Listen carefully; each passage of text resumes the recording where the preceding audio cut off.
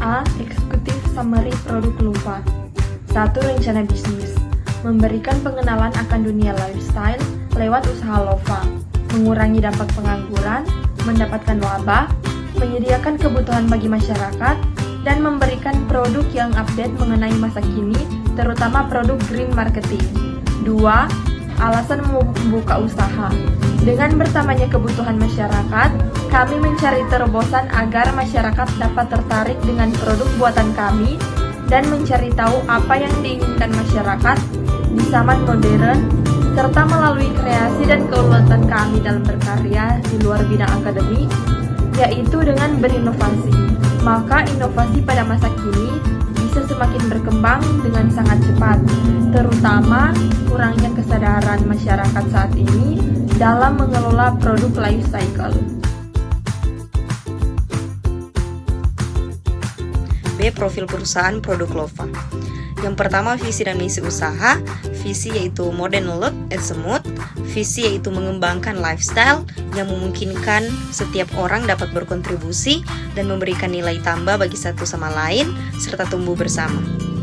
Yang kedua ada profil manajemen atau personalia. Semua anggota kami merupakan mahasiswa yang berpendidikan di Fakultas Ekonomi dan Bisnis, di mana menjadi keuntungan tersendiri dalam mengelola bisnis ini nantinya, serta ditunjang dengan kemampuan anggota kami dalam mengelola produk Lova menjadi spons mandi. Yang ketiga ada tinjauan industri. Secara spesifik, tren dalam pasar saat ini lebih mengarah ke green marketing. Jadi pada dasarnya produk usaha kami ini menunjang pengelolaan lingkungan menjadi lebih baik dengan memberikan inovasi yang telah ada tanpa mencemari lingkungan. C. Tinjauan pemasaran produk Lova. Yang pertama, riset pasar atau target market atau customer analysis. Yang pertama, geografis, negara Indonesia, kota Manado, Tomohon, dan Bitung. Segmentasi geografis tersebut dipilih karena kota Manado, Tomohon, dan Bitung merupakan kota home base dari produk kami. Selain itu, juga di kota ini masyarakatnya memiliki sisi konsumtif dan berdaya beli yang besar, dikarenakan kebutuhan dan keinginan diri sendiri untuk merawat diri. Selanjutnya, target market yang kedua yaitu dari sisi demografis, usia 17 tahun ke atas, dan jenis kelamin unisex. Segmentasi demografis tersebut dipilih karena pada usia 17 tahun ke atas, masyarakat rata-rata sudah memiliki keinginan untuk membeli sebuah produk dan sudah mampu memiliki kemampuan secara finansial untuk membeli produk tersebut. Jenis kelamin unisex karena produk kami menyediakan produk untuk laki-laki maupun perempuan. Target market yang ketiga yaitu fisikografis, yaitu kelas sosialnya menengah. Alasan memilih segmentasi kelas sosial menengah karena dalam kelas sosial tersebut masyarakat memiliki sifat konsumtif dan menyukai hal-hal untuk memuaskan keinginan tersebut, termasuk merawat diri. Yang kedua, analisis pesaing. Pesaing kami adalah brand-brand lokal Indonesia yang tentunya sebelumnya telah memiliki nama dan perhatian dalam bidang lifestyle. Sebagai bahan pertimbangan, kami melakukan analisis SWOT dalam produk usaha kami. Yang pertama, strength atau kekuatan, ramah lingkungan, mengangkat sel kulit mati, dan membersihkan dengan optimal. Yang kedua, weakness atau kelemahan, jika tidak cocok menyebabkan alergi, penyimpanan yang salah dapat menjadikan tempat pertumbuhan bakteri. Kemudian penggunaannya juga lebih singkat dibandingkan spons plastik karena terbuat dari bahan alami. Yang ketiga, threats atau ancaman, terlalu abrasif pada kulit, menyebabkan kemerahan atau peradangan, serta kulit menjadi kering dan bersisi.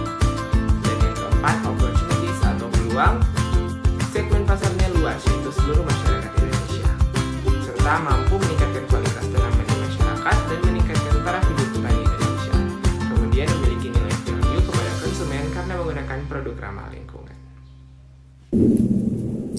Yang kedua ada lokasi usaha atau business location analysis.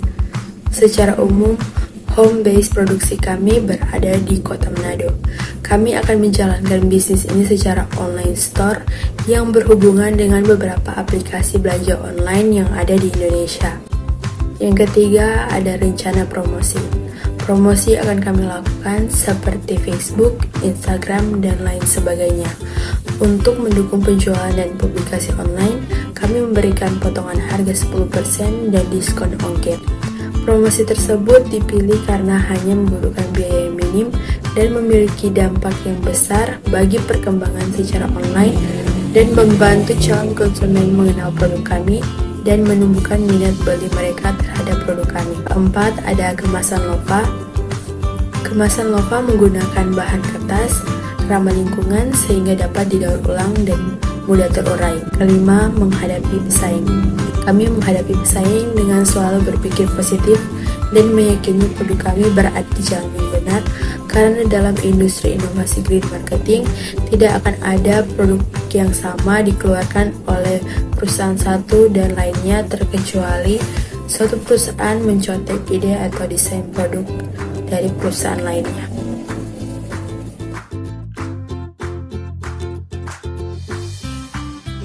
Tinjauan keuangan produk Lova. Yang pertama, tujuan pendanaan. Tujuan pendanaan kami tentunya untuk mendapatkan keuntungan.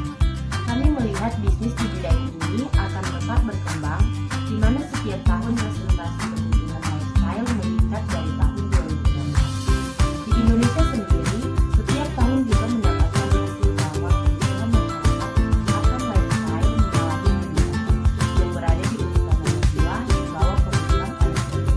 Yang kedua, sumber pendanaan.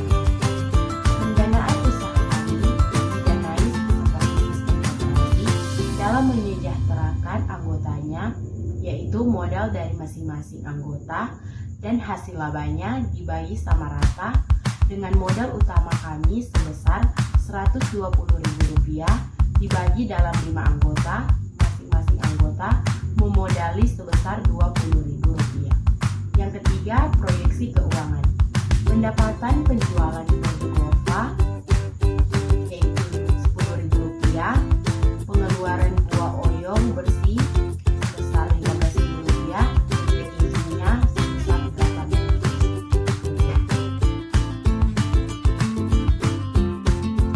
Organisasi dalam produk Lova. Yang pertama ada bentuk usaha.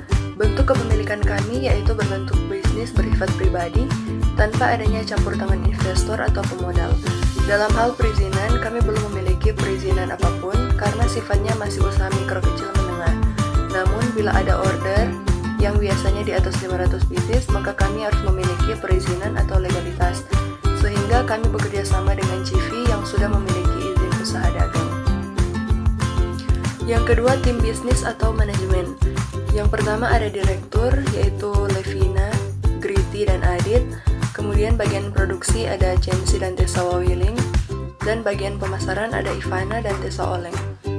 Pembagian tugas di sini untuk direktur yaitu untuk memimpin usaha dengan menerbitkan kebijakan-kebijakan atau institusi dan menyetujui anggaran tahunan usaha atau institusi.